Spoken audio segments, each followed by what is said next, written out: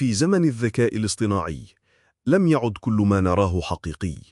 الصور والفيديوهات يمكن فبركتها بسهولة، والقصص المثيرة قد تكون وهمية بالكامل. مؤخراً انتشر فيديو لمدربة حيتان اسمها جيسيكا، قيل أنها توفيت بسبب حوت أوركا. ملايين شاهدوا المقطع، لكن الحقيقة لا جيسيكا موجودة ولا الحادثة حصلت أصلاً، مجرد قصة ملفقة بتقنيات حديثة. لكن السؤال: لماذا يتم نشر قصص كهذه؟ الجواب واضح: لإشغال الناس عن أحداث ومعاناة حقيقية يعيشها أشخاص في مناطق نزاع وحصار.